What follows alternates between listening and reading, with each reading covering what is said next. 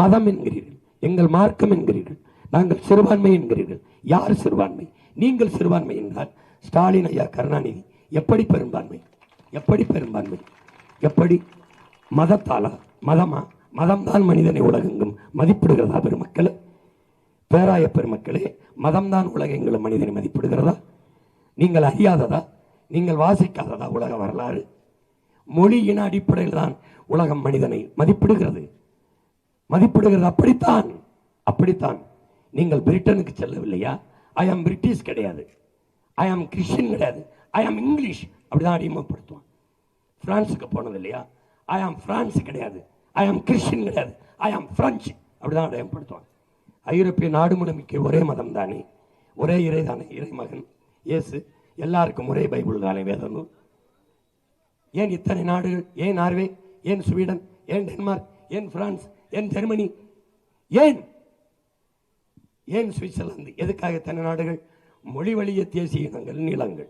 இதுதானே. இங்கிலாந்திலிருந்து அயர்லாந்து பிரிந்தது அயர்வர் மக்கள். ஏன்? ஏன்?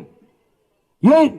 ஒரே இறைதான், எல்லாரும் ஆண்டவனின் பிள்ளைகள் தான், கர்த்தரின் பிள்ளைகள் தான், ஒரே பைபிள் தான் அயர்லாந்துக்காரனுக்கும் இங்கிலாந்துக்காரனுக்கும். எதுக்காக அயர்லாந்து தனிநாடு கட்டு போயிடுச்சு, தனிநாடு பிரிஞ்சு? நீ இங்கிலீஷ், நான் ஐரிஷ். பாகிஸ்தான் இங்க இருந்து போச்சு. ஏன் போச்சு? ஒரே மதம், ஒரே மதம், ஓர் இறை, ஓர் இறை, ஏக இறைவன் அல்லா, ஒரே வழி, நபிகளின் மொழி.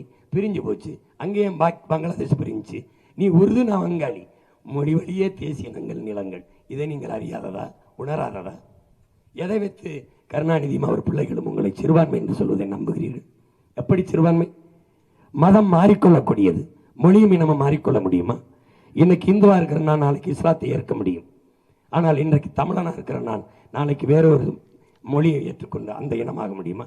என்னதான் அழகாக நான் இங்கிலீஷ் பேசினாலும் அவன் என்னை இங்கிலீஷ்காரனாக இருப்பானா? நான் தமிழன். ஈழத்திலிருந்து போன என் பிள்ளைகள் அழகாக பிரெஞ்சு பேசுவார்கள். நாங்கள் பிரெஞ்சா? இல்லை, தமிழர்கள். அழகாக பிரிட்டனில் வாழ்கிற என் பிள்ளைகள் வெள்ளைக்காரனுக்கு இங்கிலீஷ் பேசுவார்கள், படிப்பார்கள். நாங்கள் என்ன அப்போ இங்கிலீஷ்காரர்களா? இல்லை, நான் தமிழன். உலகின் எந்த ஓரத்துக்கு போனாலும் என் அடையாளம் அதுதான். அப்போ மதம் மாறிக்கொள்ளக்கூடியது, மொழி இனம் மாறிக்கொள்ள முடியாதது.